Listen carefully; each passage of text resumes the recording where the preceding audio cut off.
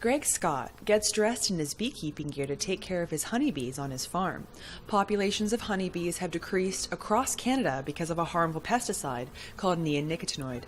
Greg explains how this pesticide found its way to his farm. There's a big corn producer just on the other side of the road, and because the prevailing wind comes from the west, the neonicotinoid pesticide probably was blowing this way. Over the past year, Ontario's issued new bylaws that regulate the use of neonicotinoids.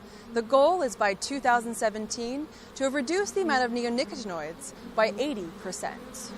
Greg is not the only Canadian that has seen how neonicotinoids affect bee populations. PhD student Brock Harper, who studies honeybees, has also seen serious decreases in colonies, and he recognizes the importance of honeybee farmers. Every year we get about 20% loss annually within Canada, which is really quite high. That's like, as a beekeeper, that's 20% of your stock being lost every year. Through time, though, it looks like there's not really a decline in honeybees, and that's of course because beekeepers, when they lose 20%, they have to actively manage and get that 20% back. Greg wants Canadians to remember that we depend on honeybees. We wouldn't survive without the bees here.